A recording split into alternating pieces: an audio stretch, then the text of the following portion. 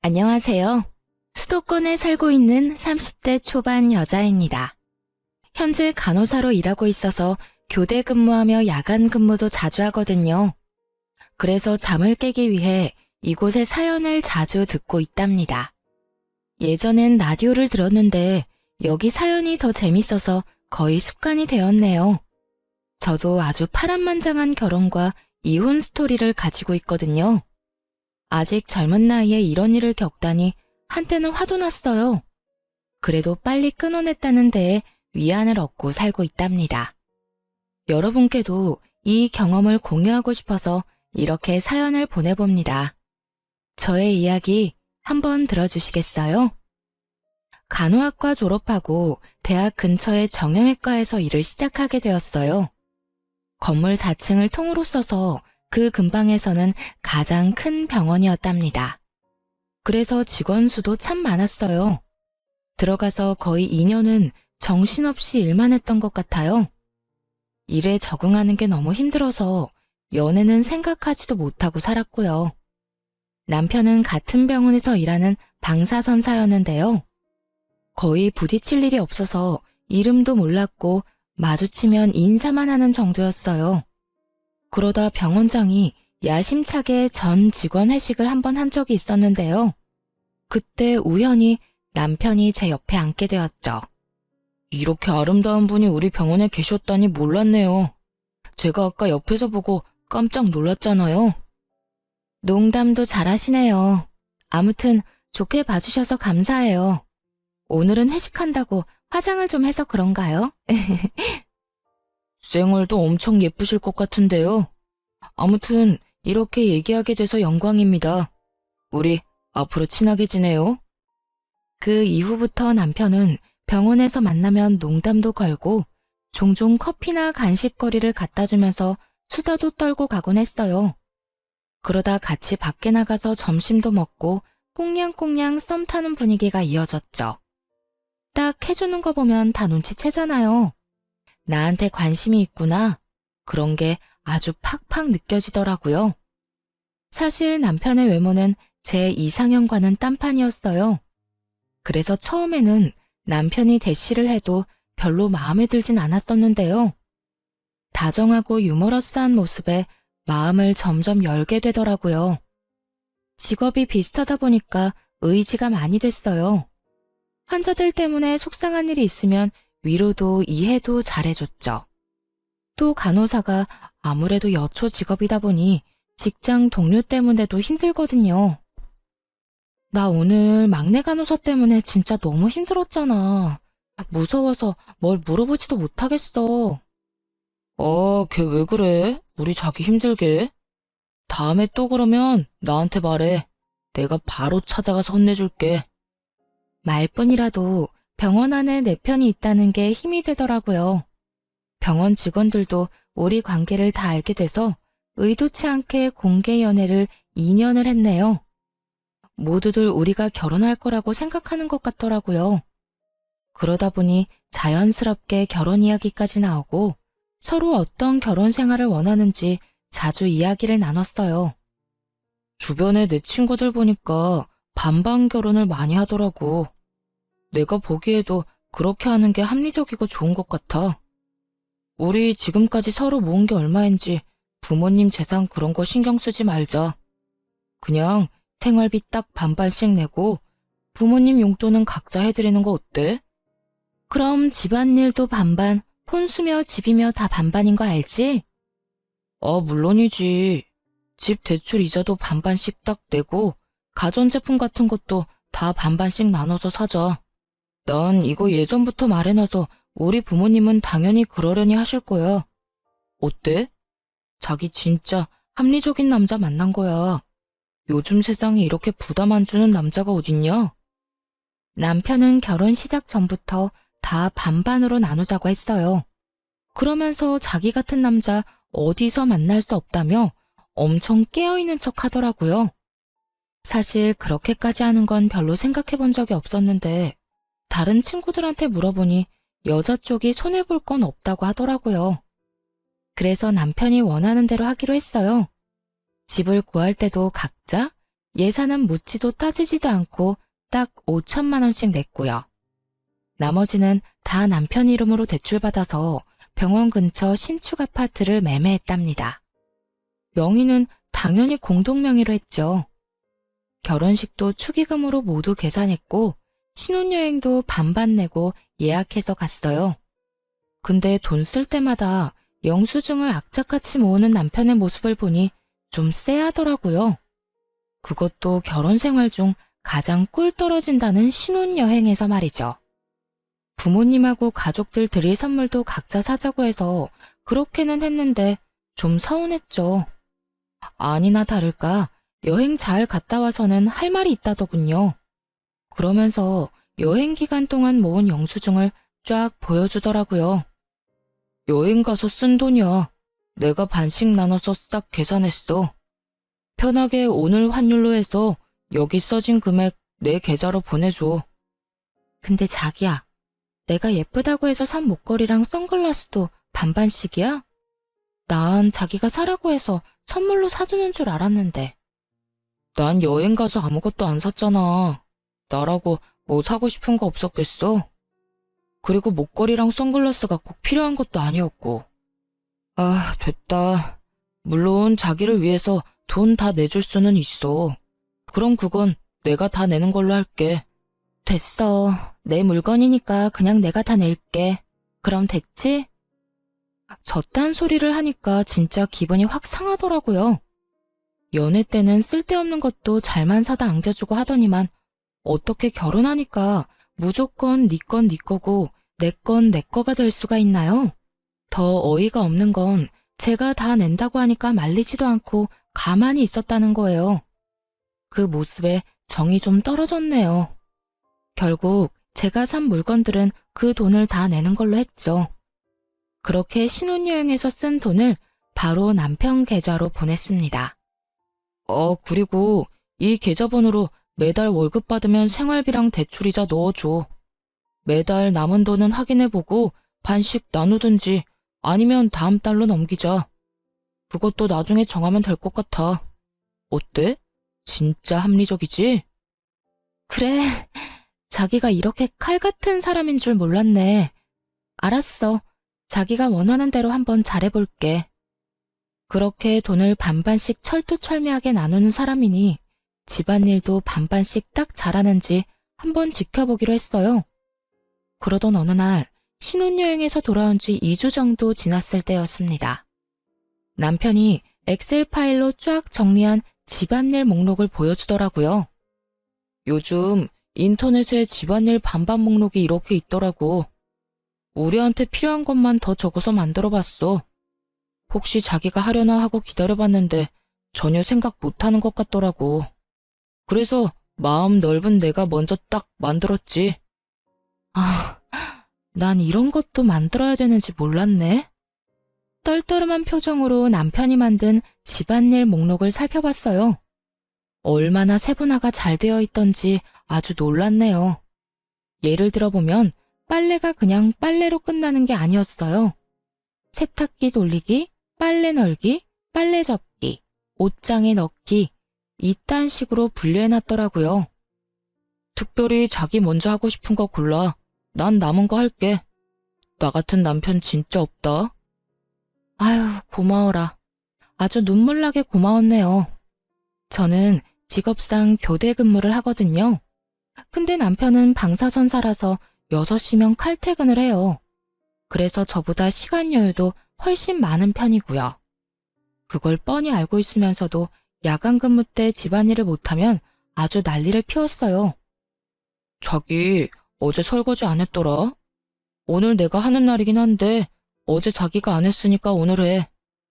자기야, 나 어제 집에 11시에 들어왔어. 근데 설거지를 그렇게 산더미처럼 쌓아놓고 나한테 안 했다고 그러면 어떡해? 그리고 자기가 먹은 그릇은 당연히 자기가 하는 게 맞지. 어제는 내가 요리하는 날이었고 자기가 설거지하는 거였잖아. 그래서 내가 자기 먹을 것도 만들어놨잖아. 나 너무 숨 막혀. 진짜 이렇게는 계속 못 살 것 같아. 친구랑 룸메이트를 해도 이렇게까진 안 하겠어. 내가 밤까지 힘들게 일하고 오는 날에는 자기가 좀 해주면 안 돼? 그게 그렇게 힘들어? 자기가 힘들다고 하나둘 나한테 넘기면 안 되지. 그러다 보면 어느새 내가 집안일 다 하고 있겠네. 나도 힘들게 일하고 왔으니 저녁 시간엔 할 일만 딱 하고 좀 쉬고 싶어. 설마 자기보다 일찍 퇴근했다는 이유로 나한테 집안일 다 하라는 거야? 그런 말이 아니라 서로 사정을 좀 봐주면서 유도리 있게 하자는 거지. 난 자기가 힘들 때 더 할 수 있어. 우리 사랑해서 결혼한 부부 아니야? 근데 무슨 군인이나 룸메이트보다 못한 사이 같아. 내가 너무 힘드니까 좀 도와달라는 거잖아. 자기가 이렇게 나올 줄 알았어. 그래서 내가 규칙까지 딱 만들어 놓은 거야. 나한테 슬슬 떠넘길까봐 나중에 딴 말 못하게. 한번 무너지기 시작하면 한도 끝도 없어지는 거 알지? 힘들어도 그냥 반반씩 하는 거 지켜줬으면 해. 아, 그래. 당신 마음 잘 알았어. 앞으로 어떻게 반만 딱 하는지 제대로 보여줄게. 매몰찬 남편의 태도에 얼마나 서운한지 눈물까지 나더라고요. 언젠가 이런 시의 구절을 본 적이 있어요. 내가 너를 위해 해줄 수 있는 건 대단한 게 아니고 아침에 일어나 말없이 해주는 설거지다. 사랑하는 사람과 함께 살면 그런 마음으로 배려하면서 살아야겠다고 생각했거든요. 그래서 오랫동안 마음속에 간직했던 구절이었는데 이렇게 남편이랑 설거지 하나로 피 터지게 싸울 줄은 몰랐네요. 결국 점점 마음의 문을 닫고 남편이랑 똑같이 행동하기 시작했답니다. 요리를 해도 딱 제 몫만 해서 먹었고요. 빨래도 제 것만 골라서 빨고 정리했어요.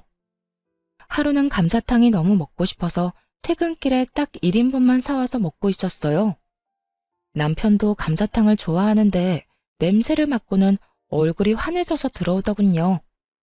근데 자기 몫이 없는 걸 보자 표정이 확 굳더라고요. 이렇게 유치하게 나올 줄은 몰랐네. 먹는 거로 이렇게 치사하게 굴 거야?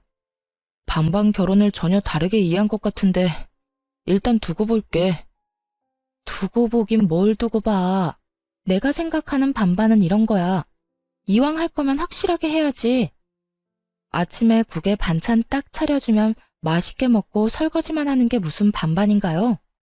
설거지하는 게 어렵나요? 아침에 일어나서 밥하고 국 끓이는 게 어렵나요?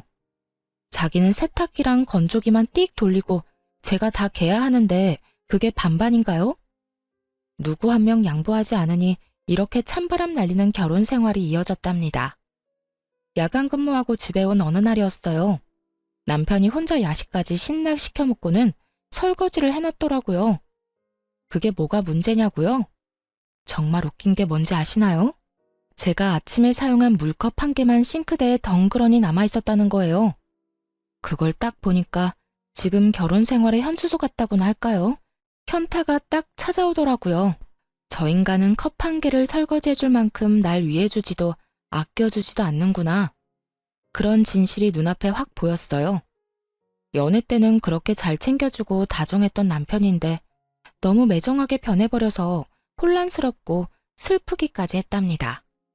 남편이 변한 건지 원래 이런 인간이었는지는 모르겠지만 완전히 속은 기분이었죠. 결혼한 지 얼마 안 되어 이렇게 사이가 틀어졌는데 친정엄마 생신이 다가왔어요. 지금까지 남편이 한 걸 보면 당연히 네 엄마니까 네가 준비하라고 할 것 같더군요. 그래서 같이 뭐 하자고 얘기조차 안 꺼냈습니다. 혼자서 엄마 드리려고 케이크 주문 제작해놓고 용돈 봉투도 준비하고 엄마가 한번 드시고 싶다던 오마카세도 예약했어요. 당일 어디 가는지 말 안 하고 남편을 식당으로 데려갔죠. 사이 안 좋다고 남편이랑 같이 안 가면 부모님이 걱정하실 것 같아서요. 와, 여기 엄청 비싼 오마카세 아니야? 1인당 20만 원? 자기 오늘 통 크게 쏘는 거야? 아휴, 뭘 이렇게 비싼 데를 가. 그냥 대충 먹으면 되지. 엄마 생일이 뭐 대단한 날이라고. 이렇게 부담 주기 싫어. 다른 데 가. 아, 엄마. 오늘 같은 날 비싼 거 드셔야죠. 돈 걱정 말고 들어가요. 엄마 딸 돈 열심히 벌고 있잖아요. 그래 여보. 오늘 우리 사위랑 딸 덕 좀 보자고. 우리도 그 유명하다는 오마카세 먹어보자. 아주 화기애애한 분위기로 식사를 해서 다행이었죠. 남편은 엄청 신기해하면서 잘 먹더라고요. 부모님도 디저트까지 맛있게 잘 드셔주셨어요. 미리 준비한 케이크를 드리니 너무 예쁘다면서 엄마가 감동을 하시더라고요. 용돈 봉투도 함께 드리니 아버지도 엄지척을 하시면서 좋아하셨고요. 남편은 뭔 생각을 하는지 입을 해 벌리고 보고만 있었고요. 식사를 마무리하고 계산할 때 남편한테 말했어요. 내가 지금 계산할 테니까 반은 생활비 통장으로 보내줘. 그러자 남편이 아주 보레된 듯이 화들짝 놀라더라고요. 왜? 왜 내가 반을 내? 장모님 생신이니까 당연히 네가 내는 거지. 그리고 나한테 한마디 상의도 없이 이 비싼 데를 와놓고 뭐? 이렇게 무턱대고 나한테 반을 내라 한다고? 부모님 들으셔. 왜 이렇게 큰 소리로 화를 내? 다 반반하자고 해서 물어본 거잖아. 시부모님 생신 때도 내가 절반 내면 되잖아. 난 우리 부모님 생신 때 이런 거 사드린 적 없어. 집 밖으로 삼겹살도 안 먹으러 간다고. 우린 그냥 집에서 차려 먹어. 근데 오마카세라니 진짜. 아, 자기 너무 과소비가 심한 거 아니야? 그때 밖에 계신 줄 알았던 아버지가 우리 뒤를 쓱 지나가시더라고요. 화장실에 다녀오신 것 같았어요. 얘기를 다 들으셨을 거라 생각하니 너무 민망하고 부끄러워서 얼굴이 벌개졌죠. 너무 열받아서 머리까지 아프더라고요. 그럼 자기가 먹은 건 자기가 계산해. 결국 부모님과 제 비용만 계산했어요. 그러자 옆에서 아주 침까지 튀기면서 난리를 치더라고요. 내가 여기 오고 싶어서 왔어? 어딘지도 모르는데 당신이 끌고 온 거잖아. 그래놓고 나한테 20만 원을 내라고? 그러긴 혼자 제일 잘 먹던데. 만약 당신 부모님 생신 때 어디 가면 내가 먹은 건 내가 낼 테니까 걱정 마. 그렇게 말하고 휙 나가버리자 남편이 엄청 당황하더라고요. 그러거나 말거나 부모님 옆에 서서 남편이 나오기를 기다렸죠.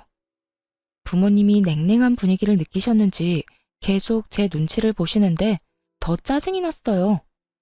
결국 남편이 자기 몫을 계산하고 거칠게 문을 팍 열고 나오더라고요. 차마 부모님 앞에서 화는 못 내니까 아주 그냥 썩은 얼굴을 하고 있었어요. 당연히 저 역시 기분이 좋을 리가 없죠. 도저히 웃는 얼굴로 있을 수가 없더라고요. 결국 약속이 있다며 서둘러 부모님을 집에 데려다 드렸어요. 집에 오는 내내 얼마나 구시렁대던지 진짜 남편 입을 틀어막고 싶었죠. 내가 먹고 싶어서 먹었어? 당연히 앞에 나온 음식을 남기면 안 되니까 먹은 거지. 근데 나한테 다짜고짜 20만 원을 내라니 진짜 이건 아니지 않아? 우리 부모님 앞에서 태도가 그게 뭐야? 우리 눈치 보시느라 생신날 마음 불편하게 만들고 나 진짜 속상해. 내가 다 내달라고 한 것도 아니잖아. 이런 날 기분 좋게 반 내줄 순 없는 거야? 다른 사람들한테 좀 물어봐. 억지로 그런 비싼 데 끌고 가서 돈 내게 한 게 잘한 건지 아닌지. 그리고 각자 부모님만 알아서 챙기기로 해놓고 왜 자꾸 규칙을 어겨? 자기 이럴 때마다 나 진짜 짜증난다고. 나야말로 이런 결혼 생활 답답하고 넌더리가 나. 이런 게 반반 결혼인 줄 알았으면 당신이랑 절대 결혼 안 했어. 완전히 속은 기분이라고. 나도 마찬가지야. 이렇게 낭비 심하게 하는 여잔 줄 알았으면 나도 너랑 결혼 안 했다고. 그걸 시작으로 며칠을 아주 박 터지게 싸웠어요. 결혼한 지 6개월도 안 됐는데 집에 들어가기가 싫더라고요.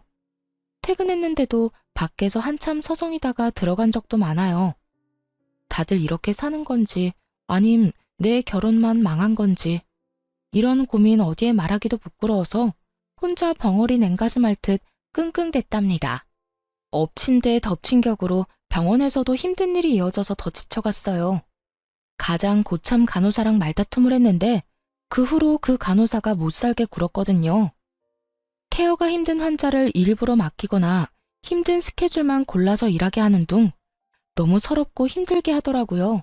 한참 선배라서 감히 대들지도 못했죠. 여러분도 뉴스에서 가끔 들어보신 적 있을 거예요. 몇몇 간호사들 사이에 태움 문화라고 감정적으로 진짜 힘들게 하거든요. 신입 간호사 시절에는 이것 때문에 한 달 중 20일은 화장실에서 울었어요. 경력이 쌓이면서 좀 나아졌나 했더니 이 나이에 다시 괴롭힘 당할 줄은 몰랐네요. 요즘 병원에서 너무 힘들어. 나 지금 수간호사랑 사이 안 좋은 거 자기도 알지? 다른 애들까지 다 선동해서 나랑 말도 못하게 하더라. 나 이번 달에 주말마다 출근하는 거 알지? 너무 힘들어서 진짜 우울증 걸릴 것 같아. 당신만 힘든 거 아니야. 나도 말을 안 해서 그렇지. 병원에서 엄청 힘들어. 그 정도도 못 견디면 되겠어? 수간호사랑 얼른 풀어. 계속 일해봤자 당신만 손해야. 풀긴 뭘 풀어. 이미 미안하다고 말도 해보고 선물도 줘보고 나도 할 만큼 했어. 근데도 나만 계속 못 살게 군다고. 무릎 꿇고 싹싹 빌기라도 하라는 거야? 아니, 솔직히 수간호사 사람 좋아 보이던데 당신이 어떻게 했으면 그렇게까지 해? 당신 문제라고는 생각 안 해봤어? 이참에 한번 당신 태도를 반성해봐. 나한테 하는 것만 봐도 암튼 보통은 아니지. 같은 데서 일하니까 분위기가 어떤지 뻔히 알면서 모르는 척 저딴 소리나 해대는 남편이 밉기만 했어요. 그리고 설사 제가 잘못한 부분이 있다고 쳐요. 그래도 남편이면 편들어주면서 위로를 해주는 게 맞지 않나요? 그게 부부고 가족 아닌가요? 지금 아내가 일방적으로 왕따를 당하고 있는 건데 남편이 말로라도 좀 위로를 해줬으면 덜 서러웠을 것 같아요. 그렇게 부당한 대우를 받으며 거의 6개월을 버텼답니다. 그 사이에 밥도 잘 안 넘어갈 정도로 심적으로 너무 힘들어서 살이 엄청 빠졌어요. 남편은 제가 마르든지 말든지 여전히 자기 먹을 것만 사와서 혼자 처먹더군요. 결국 견디다 못해 그 병원을 관두고 다른 곳으로 이직을 하기로 결심했어요. 그 계획을 남편한테 말했더니 아주 난리를 치더군요. 당신이 애야? 그런 일로 병원을 관두게? 관두면 또 언제 다른 병원 찾을 건데. 빨리 이직을 해도 한두 달은 걸릴 거 아니야. 이참에 6개월 정도 쉬면서 천천히 좋은 데로 찾아볼게. 나 몸도 마음도 너무 힘들어서 좀 쉬고 싶어. 그리고 당신도 맨날 입만 열면 이렇게 바쁜데 언제 아기 갖냐고 그랬잖아. 여기서 지금 아기 얘기가 왜 나와? 아기는 여유가 돼야 키우는 거지 뭐 거저 키워? 당신이 6개월 쉬면 그동안 생활비며 이자며 다 어떡할 건데? 설마 나한테 다 내라고 하는 건 아니지? 역시나 그놈의 돈 얘기가 나올 줄 알았어요. 하지만 이미 다 생각해둔 게 있었죠. 걱정하지 마. 내가 다달이 내야 하는 생활비랑 이자는 꼭 줄 거니까. 당신이야말로 내가 집에 있는다고 집안일 더 시킬 생각이나 하지 마. 내 걱정은 말고 당신이나 확실히 해. 그것만 잘 지킨다면야 당신이 이직하는 건 반대하지 않을게. 그래도 명심해. 난 외벌이 가장 될 생각은 전혀 없어. 다음 직장 빨리 새로 구하는 게 좋을 거야. 나한테 피해줄 생각은 절대 하지 마. 남편이란 인간이 피해라도 입을까봐 전전긍긍하고 계산하는 꼬락선이라니. 진짜 오만정이 떨어졌답니다. 힘드니까 그만두라든지 그동안 고생 많았다든지 그런 소리는 못 해줄 망정 말이에요. 지긋지긋했던 병원을 그만두니까 점점 안정이 되고 몸도 정상으로 돌아오더라고요. 이 와중에도 남편한테 책 잡히기 싫어서 돈은 아주 제 날짜에 다 보내줬거든요. 그래도 자기는 출근하고 저는 집에서 노니까 아주 배알이 꼬였나 보더라고요. 집에서 쉰 지 한 달 정도 되었을 때 남편이 슬슬 잔소리를 하기 시작하더군요. 새로운데 알아보고 있는 거 맞아? 맨날 핸드폰이나 들여다보고 있는 것 같은데 사람이 그렇게 퍼져 살면 안 돼. 좀 일찍 일어나서 운동이라도 하든가. 나 일찍 일어나는 거 습관돼서 당신보다 일찍 일어나는데 뭔 소리야. 나름대로 생산적으로 지내고 있으니까 걱정하지 마. 그렇게 빈둥대면서 지내지 말고 생산적으로 살아. 집에 있으니까 청소 좀 하든지 화분을 정리하든지. 아니 힘들게 일하고 온 남편을 위해서 특별 요리를 준비해보겠다는 생각은 안 해? 어디 보자. 오늘이 수요일이니까 내가 빨래 건조기 돌리는 것까지 하네. 그리고 안방 화장실 청소하면 되고. 밥은 나 혼자 해 먹으면 되니까. 그래, 설거지는 내가 그냥 다 할게. 됐지? 참나. 당신 혼자 먹는데 당연히 당신이 설거지를 해야지. 그리고 집에서 하루 종일 놀면서 좀 더 일할 수도 있는 거 아니야? 예전과는 상황이 달라졌잖아. 당신 왜 그렇게 점점 야박하게 굴어? 무슨 소리야. 오늘 당신이 저녁 설거지하는 날이잖아. 내가 특별히 다 한다는데 오히려 고맙다고 해야 되는 거 아니야? 우리가 이렇게 산 게 하루 이틀도 아닌데 왜 뜬금없이 서운하대? 그리고 왜 갑자기 나한테 밥을 해달라는 거야? 자기가 그런 소리 하니까 너무 이상하다. 자기처럼 합리적인 사람이 왜 그래? 그렇게 선수를 치자 남편이 차마 더는 말을 못하고 입술만 들썩이더군요. 그러다가 픽 째려보고는 출근하더라고요. 그 꼴을 보고 고소하다 싶었죠. 그렇게 한 달 정도 더 지났을까요? 시모의 생신이 코앞으로 다가왔습니다. 뭐 그러거나 말거나 어차피 할 건 아무것도 없으니 상관도 하지 않고 있었어요. 근데 생신까지 일주일 정도 남은 날 시모가 전화를 하더라고요. 집에서 논다면서 어쩜 안부 전화 한 통이 없어. 이번 주 주말에 뭐 어떡할 거니? 네? 이번 주에 왜요? 어디 가시는 거예요?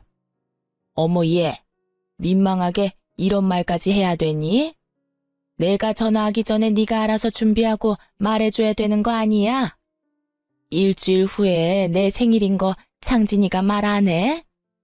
며느리인 네가 집에서 생일상을 차려줄 건지 아니면 나가서 먹을 건지 알려줘야지. 아, 곧 어머니 생신인 거 당연히 알죠. 그건 창진 씨가 다 준비한다고 걱정 말라고 하더라고요. 그래서 저도 어떻게 준비가 돼가는지 모르겠네요. 서프라이즈로 어머님 놀라게 하려고 그러나 봐요. 어머, 그래? 한 번도 지 엄마 생일 챙기지도 않더니 결혼하고 나서 효자 됐나 보네. 알았다. 그럼 창진이한테 물어보마. 남편은 곧 자기 엄마 생신인 줄도 모를걸요. 시모의 전화를 받았는지 남편이 퇴근하고 오면서 씩씩 숨을 쉬며 화를 내더라고요. 당신, 우리 엄마한테 내가 생신 준비한다고 그랬어? 왜 그런 말을 해서 엄마 기대하게 만들어? 어머님이 나한테 뭘 준비했냐고 물어보시는데 그럼 뭐라고 대답을 해? 당신 어머니니까 당연히 당신이 준비하는 거잖아. 그래서 사실대로 말씀드렸는데 도대체 뭐가 문제야? 당신은 며느리가 돼서 그렇게 말하면 안 되지. 더군다나 나는 매일 일하고 당신은 지금 놀고 있잖아. 그럼 한가한 사람이 좀 준비하면 되는 거 아니야? 당신은 우리 엄마 생신 때 꽃 한 송이도 안 사드렸잖아. 그러면서 뭐라고 했어? 생신이며 효도는 각자 알아서 챙겨드리자며? 근데 왜 말도 안 되는 소리야? 며느리랑 사위가 같아? 며느리는 며느리만의 도리가 있잖아. 그러니까 당신도 뭐라도 준비를 해야지. 그래, 식당은 내가 다 결제할게. 대신 당신은 장모님께 드렸던 그런 케이크 하나 준비해줘. 그거 예뻐서 우리 엄마도 좋아하시겠더라. 며느리랑 사이가 왜 달라? 그렇게 반반 좋아하면서 갑자기 왜 꼰대 아저씨 같은 말을 하실까? 그 케이크가 그렇게 예뻤으면 당신이 주문해서 드려. 난 당신이 말한 반반 결혼, 각자 효도 꼭 지킬 거니까. 남편은 반박을 전혀 못하더라고요. 여태껏 자기가 벌여놓은 일이 있고 한 말들이 있으니까요. 어떻게 준비하든지 말든지 신경 전혀 안 썼습니다. 그렇게 대망의 토요일이 다가왔답니다.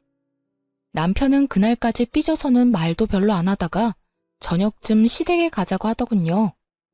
뭘 어떻게 하려나 한번 지켜보려고 군말 없이 따라갔어요. 남편이 시부모님을 데리고 간 곳은 그 동네의 돼지갈비집이었죠. 그 앞에 딱 멈추니까 시모가 실망하는 표정을 짓더군요. 아, 난 여기가 그렇게 맛있더라고. 이 동네에서 제일 맛집이잖아요. 그죠? 결혼하고서도 여기 갈비가 그렇게 먹고 싶더라고요. 오늘 엄마 생신이니까 내가 팍팍 쏠게요. 들어가서 배 터지게 먹자고요.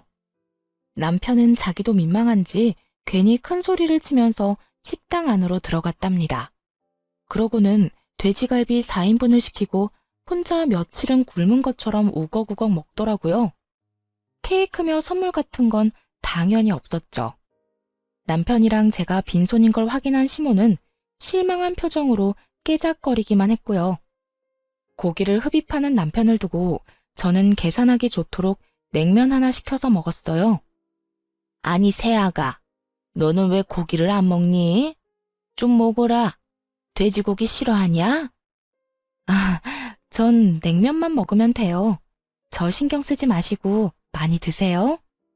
아, 괜찮아. 분위기 괜히 이상하게 만들지 말고 그냥 좀 먹어. 오늘은 내가 다 계산할 거야. 아, 얼른. 그게 무슨 말이야? 무슨 일이 있었니? 너희 싸웠어? 아니요, 싸우긴요. 저희 서로 배려하며 각자 할 일 딱딱 하면서 엄청 잘 지내고 있어요. 전 속이 안 좋아서 고기를 잘 못 먹겠네요. 그냥 신경 쓰지 마시고 드세요. 근데 너 친정에도 이러니? 그래도 시어머니 생일인데 어떻게 작은 케이크 하나도 안 들고 올 수가 있어? 아, 그러게. 아무것도 없네요. 창신 씨가 다 준비한다고 손 하나 까딱하지 말라고 했거든요. 오늘 와보고 저도 깜짝 놀랐어요. 아니, 어머님 생신인데 어떻게 케이크도 안 사왔어? 아버님이 혼 좀 내주세요. 이렇게 선수를 치니까 시모가 차마 아들한테는 아무 소리도 못 하더라고요. 남편도 괜히 저만 흘겨보는데 어이가 없었네요. 그러거나 말거나 냉면만 깔끔하게 딱 먹었죠. 그리고 남편이 계산하길래 옆에 가서 냉면값을 줬어요. 아, 됐어. 내가 낸다고 몇 번을 말해. 나가 있어. 내가 낼 테니까. 아니야, 됐어. 이 값 8,000원 내고 나중에 무슨 생색을 내려고 그래? 그냥 내가 낼게. 여기요. 이 냉면값만 계산해 주세요. 시모의 생신날은 그렇게 초라하게 끝이 났죠. 나중에 남편이 시모한테 따로 용돈을 줬는지는 모르겠지만요. 그 다음 달에 드디어 이직에 성공했답니다. 근데 병원이 다른 도시에 있어서 출퇴근하려면 왕복 5시간은 걸렸어요. 하지만 수간호사로 가는 거였고 연봉도 훨씬 높았기에 절대 포기할 수 없었죠. 그 사실을 말하자 남편이 화를 내더라고요. 아니, 애초에 이 동네 근처 병원을 찾았어야지. 다른 도시에서 일자리를 찾으면 어떡해? 어떻게 출퇴근을 하려고? 그냥 여기 근처로 다시 알아봐. 근데 아무리 생각해도 너무 좋은 기회야. 연봉이 거의 2배가 됐고 수간호사로 직급도 높아진다니까. 진짜 미안한데 우선은 내가 그쪽에다가 작은 원룸 얻어서 지내보면 어떨까? 미안하니까 생활비도 10만 원씩 더 낼게. 진짜? 생활비 더 낸다고? 뭐, 연봉이 2배라니까 좀 아깝긴 하네. 자기랑 떨어져서 지내는 건 너무 싫은데 어쩔 수 없지. 그 병원이 별로라 금방 그만둘 수도 있으니까 우선은 한번 해봐. 내가 응원할게. 자기가 이렇게 이해해주다니 진짜 고마워. 내가 토요일마다 꼭 올라올게. 힘든 시기지만 조금만 고생하면 돈 많이 모을 수 있으니까 우리 힘내자. 생활비도 더 내고 돈을 많이 번다고 하니까 역시나 반대는 안 하더라고요. 그렇게 새로운 병원으로 출근을 했어요. 근처에 저만의 작은 아파트도 마련했답니다. 새로운 환경에서 새롭게 일을 하니까 한 달은 정신없이 흘러가더라고요. 원룸에서는 그냥 잠만 자고 토요일에는 집으로 가 남편과 시간을 보냈죠. 일요일 저녁에는 다시 원룸으로 와서 출근 준비를 했고요.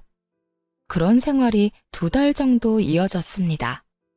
그 정도 시간이 지나니까 새로운 병원 일에도 적응이 많이 됐어요. 다행히도 새 병원은 전에 다니던 데보다 더 자유롭고 부드러운 분위기였어요. 더군다나 수간호사로 간 거였기 때문에 좀 더 편한 분위기를 만들려고 노력했죠. 전에 다니던 곳처럼 한 사람을 따돌리고 괴롭히는 짓에 넌더리가 났거든요. 알 거 다 아는 다 큰 성인들이 무슨 고등학생 일진도 아니고요. 그러다 보니 다른 간호사들과 직원들이 좋아해주고 점점 따르는 게 보이더라고요. 병원에서 인정받으니 일도 더욱 즐겁고 더 잘해야겠다는 욕심이 생겼답니다. 일이 안정되었으니 이제는 인생도 제대로 돌려놔야겠다는 생각이 들었죠. 그래서 남편한테 전화를 했어요. 미안한데 이번 주 토요일에는 못 갈 것 같아. 갑자기 당직 설 일이 생겼어. 다음 주에 내가 가서 맛있는 거 사줄게. 괜찮아? 그래? 그럼 괜찮지. 주말까지 일하느라 자기가 더 힘들겠다. 나 걱정하지 말고 푹 쉬고 다음 주에 봐. 이해해줘서 고마워. 역시 나 생각해주는 건 자기뿐이네. 집에 별일은 없지? 그럼. 그냥 퇴근하고 와서 잠만 자는데 뭔 일이 있어. 자기가 없어서 너무 심심하고 외롭다. 다음 주에 봐. 아마도 눈치가 빠른 분이시라면 이 다음 일을 이미 알아채셨을 거예요. 맞아요. 토요일 아침에 몰래 남편이 있는 집으로 들이닥쳤답니다. 집으로 들어가자마자 마침 거실에 서 있던 상간녀와 딱 마주쳤어요. 저를 보더니 얼굴이 하얘지더라고요. 이미 다 알고 있었으니 무표정한 얼굴로 들어갔죠. 그러고는 바로 상간녀의 목덜미를 휘어잡고 머리채를 마구 뜯기 시작했어요. 상간녀가 비명을 질러대며 놓으라고 악을 쓰더라고요. 너 여기에 왜 있어? 왜 있냐고. 너 병원 접수 데스크 일하러 처음 왔을 때 내가 옆에서 도와줬잖아. 하도 어리버리해서 잘릴 뻔한 거 도와줬더니 은혜를 원수로 갚아? 누가 들으면 아주 엄청 도와준 줄 알겠네. 야, 이거 놓고 말해. 머리 다 뽑혀. 놓고 말하라고. 남의 남편이랑 남의 집에서 아주 신혼집 차렸지. 신혼부부 놀이하니까 좋냐? 나이도 어린 게 유부남이랑 뭐 하는 짓이야? 오빠는 당신 같은 여자랑 더 이상 살기 싫대. 맨날 불만만 늘어놓고 이기적이라고 너무 진저리가 난대. 이제 이혼하고 나랑 결혼한다고 그랬어. 아, 그러셔? 아주 천년의 사랑 납셨네. 언제부터 만났어? 내가 다른 데로 이사 가자마자 만났어? 내가 고작 2달 만나고 그쪽 앞에서 이렇게 자신 있게 말하겠어? 우리 만난 지 거의 1년 넘었어. 그쪽 병원에서 나가기 전부터 사랑하는 사이였다고. 그러니까 이제 인정하고 그만 우리 사이에서 빠져줘.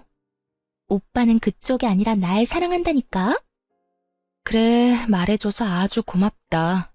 너네 오빠랑 천년 만년 행복해라. 상간녀가 제 반응에 황당하다는 표정을 짓더라고요. 그때 밖에서 뭘 사왔는지 봉지 하나 덜렁 들고 남편 놈이 들어왔어요. 당연히 그대로 얼어붙은 듯 서버렸죠. 그 와중에도 상황 판단을 하고 있더라고요. 누나를 굴려서 바닥에 엎드러져 있는 상간녀와 저를 번갈아 바쁘게 보면서요. 바로 다가가서 남편의 뺨을 수차례 갈겨버렸어요. 남편의 몸이 돌아가다 못해 바닥으로 철퍼덕 쓰러졌죠. 그제야 남편 놈은 얼른 무릎을 꿇고 손을 싹싹 비비면서 빌기 시작하더군요. 여보, 이거 다 오해야. 아니, 내가 죽을 죄를 졌어. 당신이 옆에 없으니까 너무 외롭고 허전하더라고. 근데 제가 자꾸 꼬리를 쳐서 내가 그냥 넘어가 버렸어. 뭐? 오빠, 그게 무슨 말이야? 우리 만난 지가 1년인데 내가 꼬리를 쳤다고? 오빠가 회식 때 나 먼저 꼬셨잖아. 저 여자랑 이혼하고 나랑 결혼한다며. 지금 사랑하는 건 나밖에 없다며. 야, 시끄러워. 조용히 해. 너 지금 상황 판단이 안 돼? 조용히 입 닫고 있어. 남편이 살벌하게 상간녀를 노려보자 겁먹은 강아지 새끼처럼 조용해지더라고요. 외로워서 넘어가? 이 파렴치 아닌가 나. 너는 내가 이혼 소장 보낼 테니까 소송이나 준비해. 나는 합의 이혼 이런 거 할 생각 전혀 없어. 무조건 네 주머니에서 어마어마한 돈 끄집어낼 거야. 거기다 당연히 나한테 위자료도 주고 재산 분할도 해야겠지? 여보, 이혼이라니. 난 절대 이혼 못해. 내가 당신한테 상처 준 거는 어떻게든 벌 받을게. 얌전히 대가 치르고 당신이 하라는 대로 할게. 그렇게 좋아하는 반반 나누기. 이번에는 못할 것 같은데 어쩌니? 아무래도 내가 네 돈을 더 많이 가져갈 것 같은데. 네가 싸질러 놓은 똥 네가 처리하는 거니까 너무 억울해하지는 말고 우리 법정에서 보자. 그렇게만 말하고 유유히 그 집구석에서 나왔답니다. 문 뒤에서 남편 놈이 악쓰는 소리와 물건 부서지는 소리가 들리더라고요. 사실 이직하기 전부터 남편 놈이 바람을 피우고 있다는 걸 알고 있었어요. 가뜩이나 수간호사 때문에 힘들어 죽겠는 상황이었는데 동료 간호사가 이런 말을 했거든요. 내가 이 말 해야 되나 진짜 고민 많이 했는데 그 데스크에 민지 씨 있잖아. 자기 남편이랑 밖에서 같이 커피 마시는 거 몇 번 봤거든? 아휴, 말하는 게 잘하는 짓인지 모르겠다. 뭔데요? 둘이서 커피 마신 게 다예요? 알고 있는 거 다 말해줘요, 언니. 그럴 수 있다고 넘기려고 했는데 어젠 글쎄 팔짱을 끼고 있더라고. 내가 보다가 도저히 안 되겠어서 말하는 거야. 이 말을 듣는데 진짜 너무 화가 나면서도 수치스럽더라고요. 얼마나 나를 우습게 봤으면 다른 직원들이 보는데 팔짱을 끼고 시시덕거렸을까? 그것도 공개연이나 다름없이 연애하다가 결혼까지 해놓고. 사실을 알고 나니 눈에서 불꽃이 튀더라고요. 그때부터 두 연놈을 지켜보면서 증거를 모으기 시작했답니다. 남편 블랙박스를 확인해보니 역시나 상간녀는 데스크 직원 맞더라고요. 일을 도와줄 때 들었던 목소리가 똑같았어요. 남편 놈이 잘 때 핸드폰도 봤는데 다 삭제한 건지 증거될 만한 건 찾지 못했어요. 근데 어느 날 남편이 화장실에 들어갔다 한참 후에 나오는데 좀 쎄하더라고요. 그래서 몰래 화장실을 뒤져봤더니 역시나 수건들 뒤쪽에 세컨폰을 숨겨놨더라고요. 못 찾을 거라 생각했는지 비밀번호도 안 걸어두었고요. 그 덕분에 증거를 쉽게 찾을 수 있었죠. 둘이 아주 딱 달라붙어서 찍은 사진이 넘쳐나더군요. 더 화가 나는 건 뭔지 아세요? 남편이 상간녀와는 풀빌라며 호텔이며 비싼 데는 다 다녔다는 거예요. 저한테는 그렇게 반반씩 하자 노래하며 커피 한 잔 사는 것도 아까워하던 인간이요. 심지어 상간녀 생일엔 명품 지갑까지 사다 바쳤더라고요. 제 생일에는 어땠냐고요? 당연히 케이크 하나 안 사왔죠. 둘이 주고받은 메시지도 아주 가관이었습니다. 오빠, 오늘 호텔 망고빙수 사줘서 너무 고마워. 나 진짜 먹어보고 싶었어. 역시 우리 오빠가 최고야. 우리 애기한테 그 정도도 못 사줘? 애기 친구들이 자랑하면 오빠한테 또 말해. 오빠가 애기 원하는 거 다 사줄 테니까 걱정 마. 너랑 먼저 만났어야 했는데 어쩌다 운명의 장난처럼 결혼한 다음에야 만난 걸까? 진짜 하늘이 원망스럽다. 오빠, 난 기다릴 수 있어. 우리 사랑만 흔들리지 않으면 다 이겨낼 거야. 그 아줌마 빨리 병원에서 좀 나갔으면 좋겠어. 내가 수간호사한테 오늘도 이간질 좀 했거든? 효과가 빨리 나타나야 될 텐데. 전에 병원에서 그렇게 힘들었는데 그 원인이 바로 상간녀의 이간질이었어요. 아무것도 모르는 착한 얼굴을 하고선 수간호사와 저를 이간질했던 거예요. 진짜 이 사실을 알고 바로 상간녀 머리채 잡으러 달려갈 뻔했네요. 하지만 더 큰 복수를 위해 우선 참을인자를 가슴에 새기면서 때를 기다렸던 거죠. 그 후 일부러 다른 도시로만 병원을 알아봤고 좋은 조건으로 이직한 거예요. 그리고 제 명의로 소형 아파트도 매입했고요. 대출을 좀 받았지만 이혼하면 목돈이 들어올 거니까 상관없었죠. 그렇게 계획대로 주말 부부가 되어 남편에게 판을 깔아줬고 토요일마다 집에 와서 달라진 게 있는지 꼼꼼하게 살펴봤어요. 제가 평일 동안 집에 없으니 당연히 상간녀가 이 집에서 거의 살다시피 했겠죠. 근데 진짜 웃긴 게 뭔지 아시나요? 상간녀도 자기 존재를 너무 티내고 싶었나 보더라고요. 굳이 흔적으로 찾으려고 하지 않아도 여기저기 살펴보면 가관이었어요. 화장실 구석에 고무줄을 놓고 간다든지 서랍장에 옷을 흐트려 놓는다든지 정리해둔 주방도구 위치를 바꿔놓는다든지 일부러 그딴 짓을 했더라고요. 당연히 남편놈한테는 아무 말도 안 하고 다 사진으로 찍어서 증거로 남겨뒀답니다. 그리고 드디어 디데이. 집에 못 간다고 거짓말을 하고 들이닥친 거죠. 역시나 예상대로 상간녀가 딱 있었고요. 마지막 증거를 위해 녹음기를 켜고 집에 들어갔거든요. 상간녀가 머리채를 잡힌 채 남편놈이랑 바람 피운 얘기를 술술 늘어놓은 덕분에 고스란히 저한테 유리한 증거로 남길 수 있었네요. 그렇게 바로 이혼 소송에 들어갔답니다. 물론 상간녀 손해배상 청구도 같이 했죠. 하지만 여기에서 끝내줄 수는 없겠죠. 앙큼하게 저의 직장 생활을 엉망으로 만든 게 바로 그 상간녀니까 말이죠. 큼직한 전지를 사서 두 연놈을 찍은 사진을 다 붙이고 둘이 바람 피웠다는 내용을 대문짝만하게 써서 잘 보이는 곳에 딱 붙여놨답니다. 어디에 붙였기는요? 제 전 직장이자 두 사람이 지금 일하고 있는 병원 문 앞이죠. 당연히 남편놈이 전화를 해서 난리를 피웠죠. 당신 이게 무슨 짓이야? 아니 내가 잘못을 했어도 직장에다가 이런 짓을 해? 지금 병원 난리 났다고. 게다가 민지는 임시직이어서 오늘 바로 잘렸어. 난 병원장이 지금 권고사직 말하고 있고. 아무리 그래도 남의 밥줄까지 끊으면 어떡해? 쫄쫄 굶고 살라는 거야? 나야말로 너 같은 쫌생이 쪼다 만나서 인생 말아먹을 뻔했어. 나한텐 조각 케이크 하나 안 사준 주제에 걔한텐 아주 별거 다 사줬더라. 꼴에 신혼여행 때도 안 간 풀빌라까지 갔던데. 이참에 둘이 행복하게 사셔. 아, 걔한텐 반반 노래 좀 하지 마라. 당장 도망간다.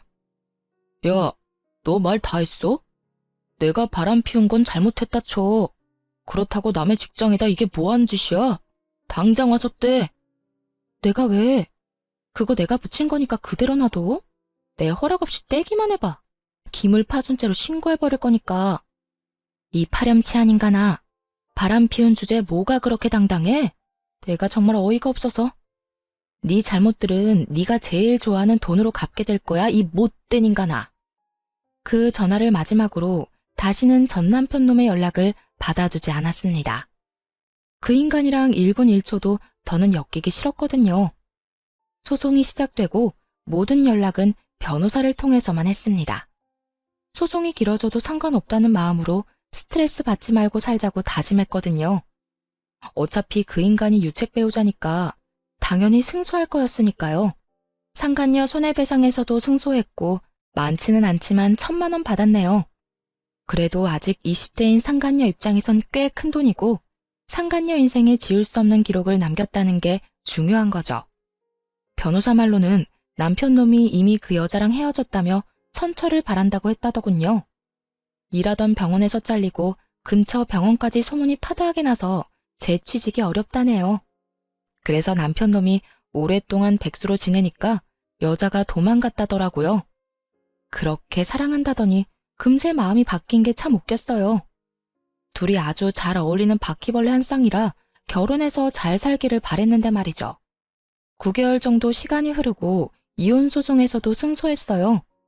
남편놈한테 위자료 2,000만 원 받았고 같이 살던 집은 팔아서 절반은 챙겼죠. 받은 돈으로 지금 사는 아파트 대출 거의 대부분을 갚았네요. 지금은 혼자만의 집에서 평화롭게 지내는 하루하루가 얼마나 소중한지 몰라요. 전 남편놈은 아직도 백수인 채 집도 절도 없어서 결국 부모님 집으로 들어갔대요. 그 인간이 생활비 달라고 닥달하고 뭐든 반반씩 하자고 말할 때마다 서러웠는데요. 지금은 혼자 충분히 벌면서 재테크도 많이 하고 원하는 것 다 사먹고 예쁜 옷도 걱정 없이 사니까 너무 여유롭고 좋아요.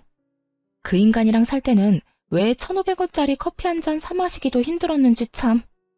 이젠 앞으로 하고 싶은 거 다 하면서 행복을 위해서 살려고요. 사연 들어주신 여러분들도 늘 행복하시고 건강하셨으면 좋겠습니다. 함께 해주셔서 감사합니다.